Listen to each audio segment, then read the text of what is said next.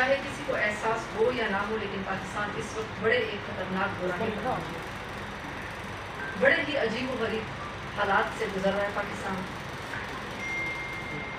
خیبر پختونخوا میں بالاکنڈ سے لے کر بنو، کرک، لکی مروت اور تیرا سے لے کر تمام قبائلی جو اضلاع ہیں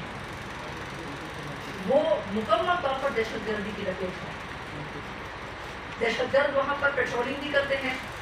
دہشت گرد وہاں پر بھتے بھی وصول کر رہے ہیں، دہشت گردوں کی وہاں چیک پوسٹیں بھی ہیں۔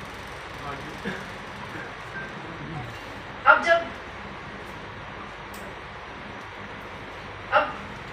خیبر پختونخوا کے جو عوام ہیں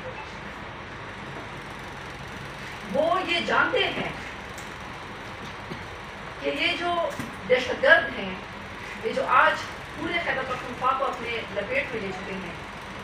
یہ کہاں سے آئے؟ یہ اگر آپ کو یاد ہو تو بانی چیئرمین پی ٹی آئی کا اپنا ایک بیان ہے کہ یہ میں اور جنرل فیض دونوں جو ہیں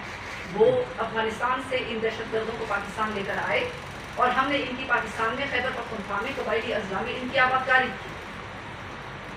تو خود تو بانی چیئرمین پی ٹی آئی اور جنرل فیض جیل میں ہیں،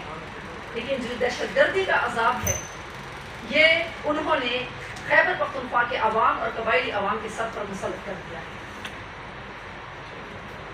تاجروں سے بھتے وصول کیے جا رہے ہیں، چیک پوسٹیں ہیں، پولیس گشت، طالبان جو ہیں، دہشت گرد جو ہیں وہ گشت کر رہے ہیں مختلف علاقوں میں۔